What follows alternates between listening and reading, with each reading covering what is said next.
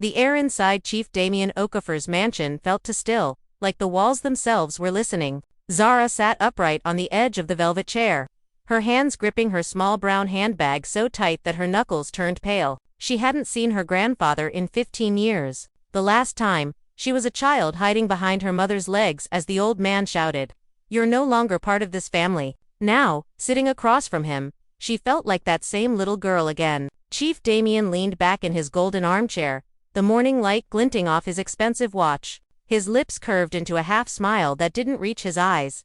"So," he said casually, his voice deep and commanding, "tell me, Zara, how have you been spending your $3.4 million trust fund?" Zara blinked, unsure if she'd heard correctly. The words hit her like cold water. "Excuse me?" she asked softly, her throat tightening. He chuckled, swirling the amber liquid in his glass. "The trust fund, girl. $3.4 million. Your father's legacy. I assume you've been quite comfortable." Her mouth went dry. What trust fund?" she managed to whisper. The old man stopped smiling. His eyes, sharp as razors, studied her face. "Don't play games with me. You're your father's daughter, aren't you?" He signed the papers himself before he paused, the sentence hanging between them like smoke. "Before he died," Zara finished for him, her voice trembling. Chief Damien said nothing. He took a slow sip from his glass, as though trying to read her mind. The silence stretched, heavy and suffocating. Somewhere in the distance, thunder rolled across the sky. "I think there's been some mistake," Zara said finally, forcing herself to sound calm. "My mother and I never received anything. We've struggled our whole lives. If this is some kind of joke. The old man's voice thundered suddenly, echoing off the marble walls. "You think I'm joking about millions of dollars?" Zara flinched, her heart pounded in her chest. A maid standing near the door quickly disappeared down the hallway. Chief Damien's face softened a little, almost weary. "You really don't know, do you?" Zara shook her head slowly. He leaned forward, his tone quiet but sharp. "Then someone has been lying to you, my dear, and it's not me." Her mind spun. Lying? About millions? Her mother's face flashed before her eyes, the tired smile. The endless bills, the small apartment where the roof leaked every rainy season. How could there be a trust fund? How could her mother hide that from her? "I don't understand," Zara whispered, barely breathing. "Understanding will come," Chief Damien murmured, leaning back again. "But you must be ready for it. Family secrets are heavy, child, and some are buried for good reason." He stood up slowly, leaning on his cane, and gave her that same smirk again, the one that started it all. "Come tomorrow," he said. "Mr. Okor, my lawyer, will explain the details. Perhaps you'll finally learn what your father left behind." As he turned to leave the room, lightning flashed through the window, illuminating his figure like a shadow from another world. Zara sat frozen, her heartbeat echoing in her ears. Her lips moved without sound. "What trust fund?" she whispered again to herself. Outside, the storm broke, and rain began to fall. That night, sleep refused to come. Zara lay on the edge of the guest bed, her mind a whirlpool of questions. The air conditioner hummed softly, but her heart beat louder. Her grandfather's words replayed in her head again and again. "You really don't know, do you?" She sat up and pressed her palms against her temples. No, she didn't know. She didn't even know who to believe anymore. Her father had died when she was only 12. Her mother and Josie had worked 2 jobs to keep them alive. If there was truly a trust fund worth millions, why had they lived like beggars? Why had she watched her mother cry over unpaid rent? Zara grabbed her phone and hesitated before dialing her mother's number. It was late, but she needed answers. The call connected after the 3rd ring. "Zara, it's past midnight. Are you all right?" Her mother's voice came, soft but alert. Zara swallowed. "Mama, I went to see Grandpa." There was silence. Then a sharp intake of breath. "You did what?" "I needed to," Zara said quickly. "He called me." "But, Mama, he said something strange." Her mother's voice grew tight. "What did he say?" "He asked how I've been spending my trust fund." A pause, long, heavy, cold. Zara could hear her mother's shallow breathing. "Trust fund," and Josie repeated faintly. "Yes, Mama. He said there's a trust fund worth $3.4 million in my name. That father signed the papers before he died." The line went dead silent. Zara pulled the phone away to check if the call had dropped. "Mama, are you there?" When her mother finally spoke, her voice trembled. "Zara, listen to me. Whatever that man told, you don't believe him."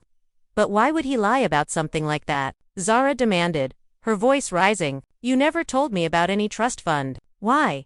Mama, we lived in poverty. You sold your jewelry to pay my school fees? Because some money destroys everything it touches, and Josie said bitterly. Your grandfather's money is cursed. It ruined your father, and it nearly ruined me. Zara frowned, confused. Cursed, Mama, this isn't a story from church. We're talking about real money, legal documents. You don't understand, and Josie said, voice breaking. Your father wanted to use that money to help people, but your grandfather had other plans. When your father refused, She stopped herself. He what? Zara asked urgently.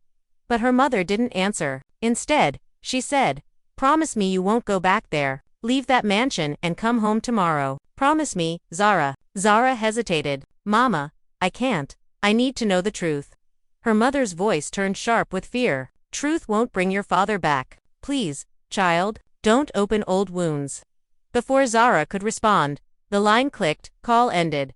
She stared at the phone screen, heart thudding. Outside, the rain still fell hard against the window.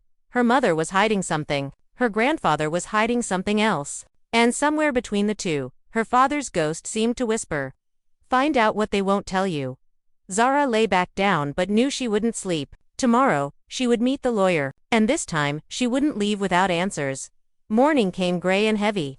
The air thick with the smell of wet earth after last night's rain. Zara stood before the tall glass doors of her grandfather's study, trying to calm her racing pulse. She had barely slept, and her eyes showed it. Inside, she could already see Mr. Oak, the family lawyer, sitting stiffly beside Chief Damien, who looked as calm as ever, his cane resting against the chair. Come in, Zara, the old man said, voice steady unreadable. Zara stepped in, her heels echoing softly on the marble floor. She felt small under his gaze, like a schoolgirl about to be scolded.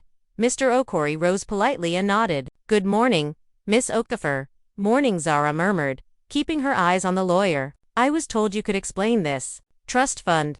Chief Damien smiled faintly. Always direct, just like your father. Zara ignored the jab. I just want the truth. The lawyer cleared his throat. Your grandfather established a financial trust in your name 27 years ago, shortly after your birth. The initial sum was $3.4 million, invested in various assets. The fund has grown over the years. Zara's breath caught. Then it's real. This isn't some twisted joke. Oh, it's quite real, the lawyer confirmed, his tone professional but uneasy. However, the trust has certain conditions attached. Conditions, Zara repeated. Yes, Chief Damien said. It wasn't meant to make you rich, girl. It was meant to make you worthy. She frowned. Worthy of what? He didn't answer. He just gave her that same unsettling smirk. Zara turned back to the lawyer. What are the conditions? Mr. Okor adjusted his glasses nervously. I'm afraid the specific terms were sealed within your father's final correspondence with the trust. The instructions can only be revealed by the founder, your grandfather, or after his passing. Zara's jaw tightened. So you're saying there's money with my name on it, but I can't access it or even know why it exists. Not until you fulfill what your father wanted, the lawyer said quietly. My father? She looked at him sharply. You said his instructions. The lawyer hesitated, glancing toward Chief Damien. The old man's gaze was cold, a silent warning. Yes, Okor said finally. Your father made amendments to the trust before his death. He left behind something important. What did he leave? Zara pressed. The lawyer shifted uncomfortably. A letter, perhaps a confession of sorts. I'm not permitted to show it without authorization. Zara's patience snapped. Authorization from whom? Chief Damien rose, slowly, leaning on his cane. From me. Her chest burned with anger. Why? Why keep everything locked away? What are you afraid I'll find? The old man looked at her for a long moment. Then he said, quietly, sometimes, the truth can destroy more than lies ever could. He turned toward the window, his reflection ghostly against the rain-streaked glass. If you want answers, child, look beyond the city. Look where your father's name still lives. Only then will you know what he really left you. Zara stared at him, confused but determined. Where his name still lives, she whispered. The lawyer sighed softly. He meant your father's hometown, Miss Oko. Zara nodded slowly, feeling a chill crawl down her spine. She didn't know why, but something inside her said the truth. The one her mother feared and her grandfather hid, was waiting for her there. The road to Umuahia was long and winding. stretching through endless green hills and patches of red earth glistening after the rain. Zara sat by the window of the small intercity bus, her thoughts tangled like the clouds above. Every bump in the road seemed to echo the unease in her chest. Her father's name, his hometown, a trust fund no one wanted her to touch. She whispered the words to herself, as if saying them might make sense of it all. By the time she arrived, the sun hung low, casting gold over the narrow village streets. People moved slowly here, greeting each other with warm smiles that felt so distant from the tension she'd left behind in Lagos. She followed the directions she'd found scribbled on the back of her father's letter, a faded paper she'd discovered that morning in his old room. It led her to a small mud brick house with a blue door and the faint smell of wood smoke. An old woman sat outside on a low stool, her gray hair wrapped in a bright scarf. When she saw Zara approach, she smiled knowingly. "You must be Kenneth's daughter," she said before Zara could speak. Her voice was warm but carried a sadness that felt ancient. Zara nodded. "Yes, I'm Zara. Are you, Mama Ifema?"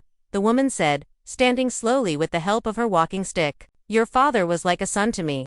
Zara's throat tightened. "You knew him well." "I did," Mama Ifema said softly, "and I know why you've come."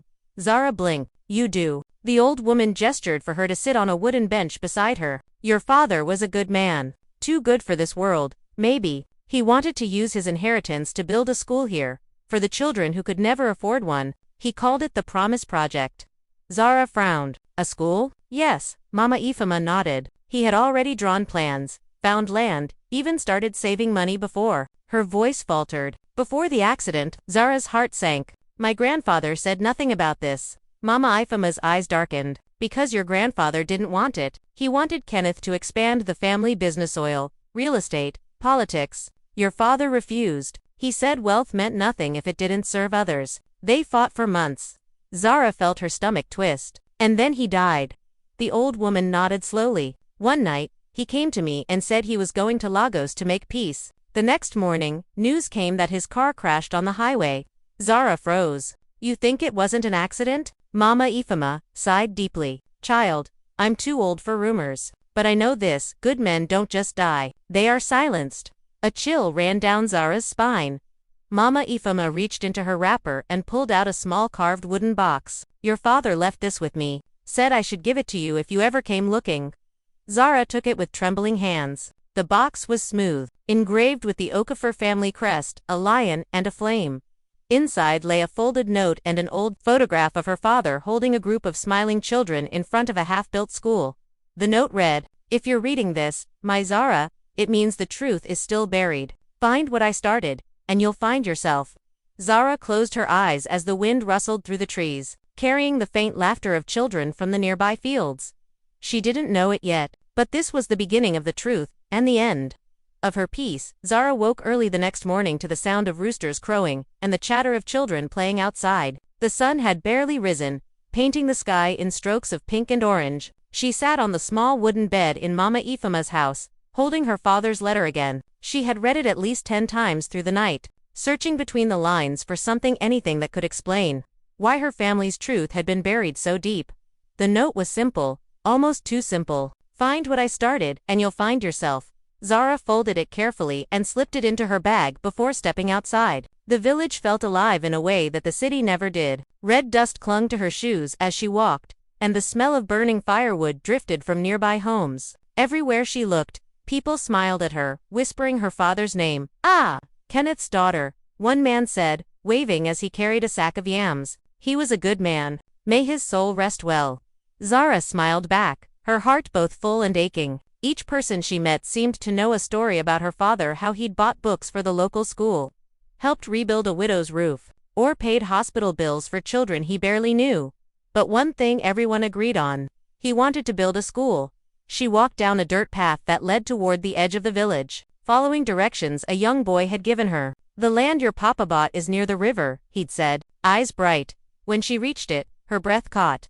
There, surrounded by tall grass and creeping vines, stood the remains of a foundation: cement blocks half buried, rebar rusted by years of rain. A single wooden sign leaned crookedly against a mango tree. The faded letters read, "The Promise Project Education for Every Child." Zara knelt beside it, brushing her fingers across the letters as tears stung her eyes. This was what her father had died trying to build. And this was what her grandfather had buried under silence.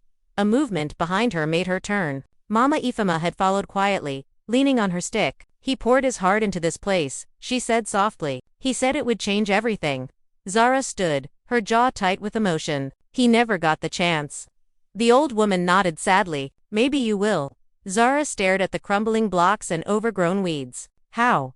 I don't have that kind of money. And even if I did, she paused, remembering the trust fund. Unless Mama Ifema's eyes met hers. That money was meant for this, she said simply. That's why he set it aside. That's why your grandfather hated it. Zara's pulse quickened. You mean the trust fund was supposed to build this school? Yes. Kenneth told me before he left for Lagos. He said he had found a way to make the money reach the village directly, without your grandfather's hands on it. He said if anything happened to him, you were the key. Zara felt her breath catch in her throat. Her father's death, the secrecy, the hidden fund, it all connected. He was going to transfer the money, she whispered, but someone stopped him.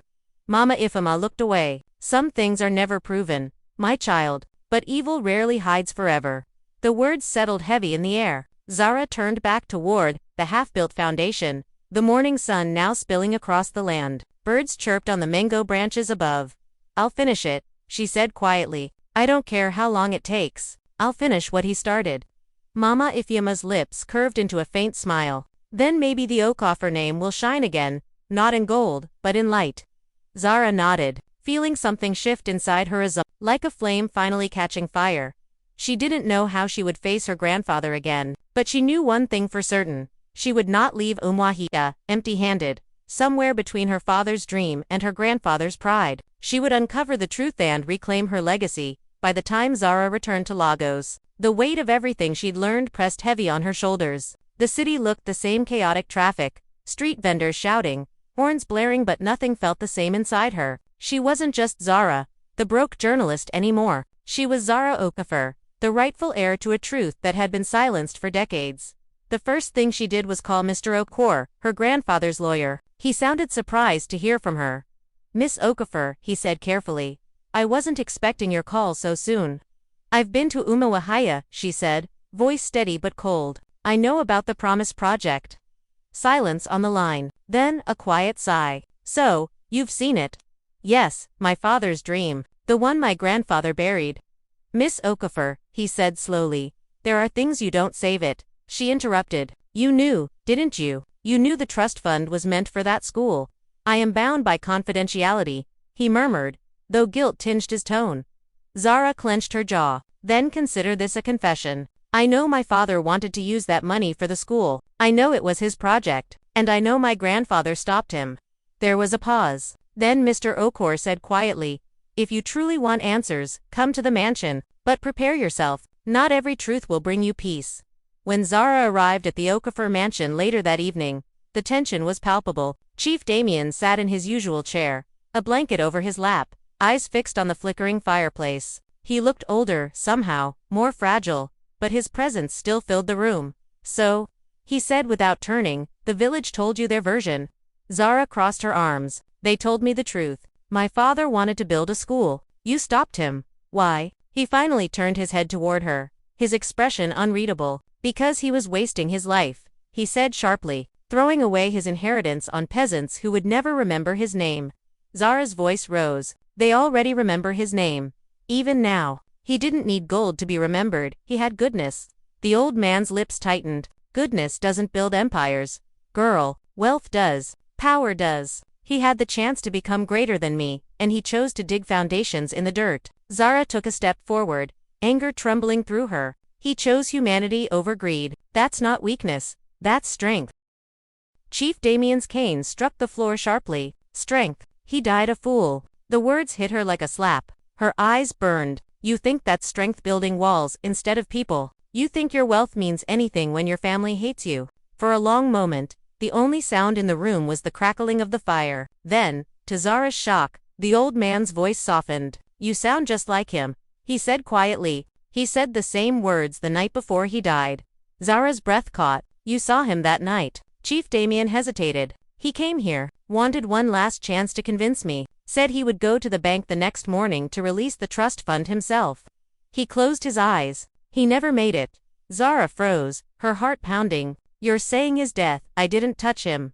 The old man said sharply, but I stopped the transfer. I called the bank myself. His voice cracked with old pride and guilt. I couldn't let him throw everything away.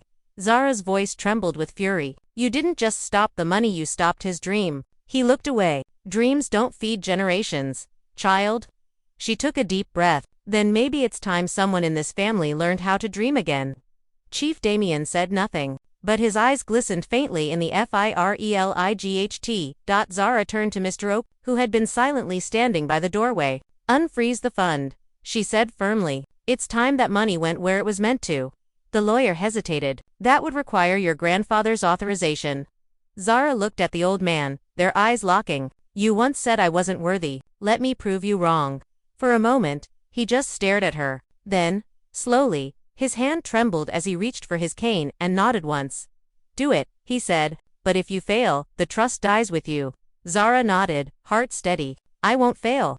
As she walked out of the mansion that night, the heavy doors closing behind her, she felt something shift, the beginning of a reckoning that had been waiting for years.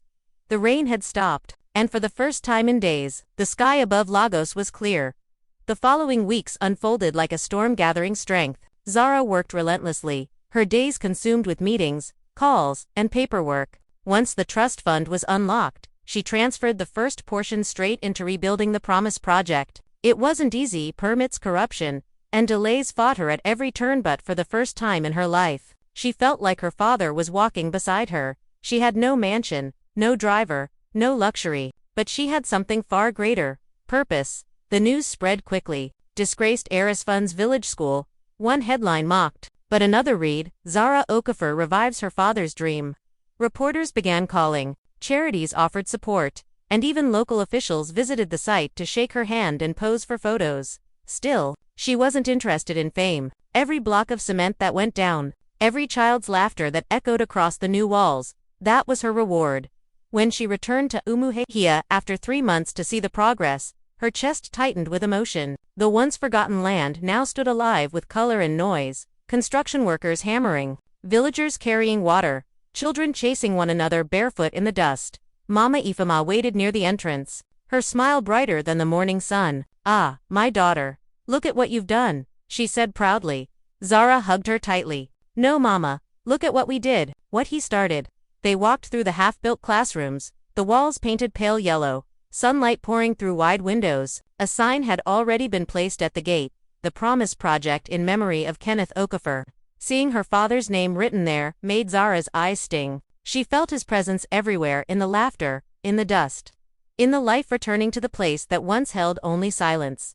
But even as joy swelled inside her, a quiet sadness tugged at her heart. Chief Damien hadn't called once since that night. She had sent him photos of the project's progress, hoping he would say something, anything, but his silence was absolute.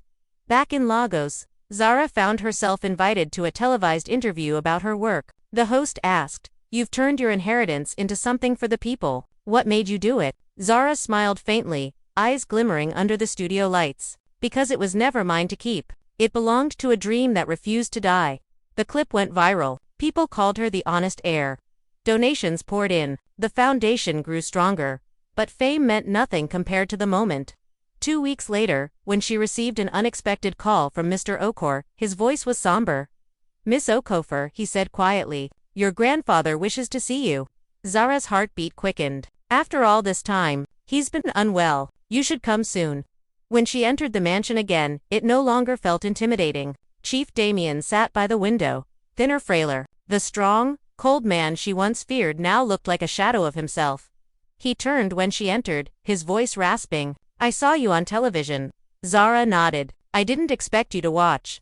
He gave a weak chuckle. "You think I'd ignore my own blood shaking the world?" She smiled slightly, but said nothing. After a pause, he gestured for her to sit. "You built the school." "Yes," she said softly. "The Promise Project is almost complete. The first students will start next month." For a long moment, he just stared at her, then murmured, "Your father would have been proud." Zara blinked, her throat tightening. "Would you have been proud, Grandpa?" He didn't answer right away. Then, with a faint, tired smile, he whispered, "I am now." Tears burned her eyes. For years, she had wanted to hear those words. though she never expected they would come when he was so close to leaving this world. As she rose to leave, he reached out, placing a trembling hand over hers. "One last thing, Zara. When I'm gone, Mr. Okor will deliver something to you. It's yours by right." She frowned, confused. "What is it?" He smiled faintly. "Closure." Those were the last words he ever said to her. The news came 2 weeks later. Chief Damien Okafor was gone. Zara received the call early in the morning. Just as she was preparing to leave for Umuahia again, the world around her went still for a moment, not with grief, but with a strange, heavy calm. She didn't cry. Instead, she sat quietly by her window, watching the sunlight creep across the city skyline. He had been so many things: proud, cruel, brilliant, broken, but in the end, he was still her blood. And even if forgiveness didn't come easily, she knew he had died seeing the truth. Later that week, she was called to the family lawyer's office. The mahogany room smelled faintly of old paper and leather, just as it had the first time she'd been there. Mr. Okori greeted her with a long, tired look. "Your grandfather left specific instructions for you," he said, handing her a sealed brown envelope. "He said you'd understand what to do." Zara's hands trembled as she broke the seal. Inside was a short letter and a folded document. She unfolded the letter first. "My dearest Zara, I was wrong. Your father's dream was not a waste. It was the only thing that could save this family's name from the rot of greed that I built it upon. You gave it life again. You gave me peace. Enclosed is something your father once showed me, a plan far greater than I ever understood. If you choose to continue, it will take everything from you, but it will also give meaning to everything you are. Your father called it the Promise Network. Make it live." Damien Okafor. Zara's breath caught as she unfolded the attached document. It was an outline, a blueprint, drawn years ago for expanding the school into a chain of learning centers across rural Africa. Her father's handwriting danced across the page, full of notes and dreams. At the bottom, in faded ink, were his words: "Education is freedom. The future begins where opportunity reaches the forgotten." Tears spilled down her cheeks as she pressed the paper to her heart. Her father's dream hadn't ended with the school. It had been a seed, and now, it was hers to grow. She returned to Umuahia a few days later for the final ceremony. The school was finally complete, bright, alive, filled with children in new uniforms laughing in the courtyard. The walls were painted in warm yellow. The words "The Promise Project" glimmering proudly above the gate. As the community gathered, Zara stood at the podium, her voice carrying steady and clear. "When I first came here," she said, "I was searching for money, for answers, maybe even revenge, but I found something greater. I found my father's spirit and the power of what one dream can do when it's shared." The crowd cheered softly. Some wept. She glanced toward the small framed photograph of her father beside the gate and whispered, "We did it, Papa." Just then, Mama Ifama placed a gentle hand on her shoulder. "He would be proud. And your grandfather too, wherever he is." Zara smiled faintly. "I think they both are." As the ceremony ended and the sun dipped low behind the trees, she walked through the school grounds one last time. Children ran past her, their laughter echoing through the air, pure, alive, limitless. She looked toward the horizon where the golden light touched the earth and whispered, "This is only the beginning." Because in that moment, Zara knew the truth her grandfather had never understood. Wealth wasn't measured in accounts or titles. It was measured in impact, in how deeply you could change another life. And so, the Promise Network was born, not from gold, but from courage, love, and redemption. As she left the village, the wind carried her father's words through the air, soft but clear: "Education is freedom." And Zara smiled, knowing she had finally earned her legacy, not by inheritance, but by heart.